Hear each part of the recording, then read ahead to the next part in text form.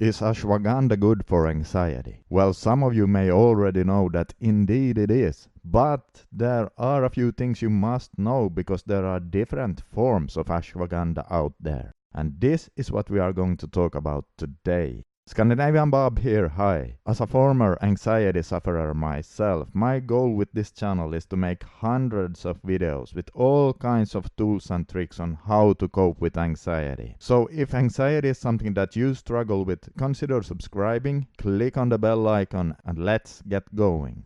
Okay, so there are at least 6 highly reliable studies showing ashwagandha to have potent anxiolytic effects in the context of chronic stress and anxiety disorder. And daily use for 1 to 3 months have shown to lower cortisol levels by up to 32%. And that's a pretty big reduction of the stress responses in the body, and something that a person with anxiety could really benefit from. It also regulates the chemical signaling in the nervous system in a way that it blocks the stress pathways. But let's take a look at the different types of ashwagandha. If you pick up a pack of ashwagandha in the store and you cannot find either the text Sensoril or KSM-66 anywhere on the package, then you should know that what you are now holding in your hand is just pure dried root powder from the plant. Do not buy this. Why? Well, here's the deal. The effective compound we want from the plant is something called withnolids, and the products with the root powder are not standardized to contain a certain amount of withnolids. So they could be all over the place, ranging from 0.5% to perhaps 2 or 3%. But again, there is no way of knowing if it's even potent because the lack of standards. However, if you look at what you hold in your hand and find either the text Sensoril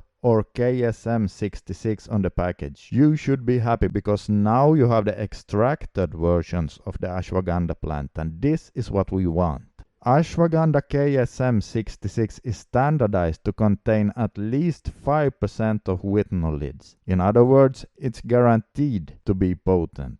And if you find the text Sensoril, you should know that this is also an extract, and the Sensoril is standardized to contain 8 to 10% of withnolids. So the next logical question is, of course, which one should you try first? The KSM-66 or the Sensoril? Well, personally I have found both to be useful for my own anxiety back in the day. Some people find the Sensoril almost too potent though, almost to the point of making them a bit tired and sedated. So I would really recommend that you start with the KSM-66 version. If you don't know where to get it, I can put a link to a good brand in the description box right under this video for you. And also, even though it can work from the very first day for some people, others need to take it for a couple of weeks before the anxiety reduction kicks in. So don't try it just for 1 or 2 days, but take it daily for a few weeks, and then if the KSM-66 doesn't do anything for you, then you might want to give the Sensoril a shot.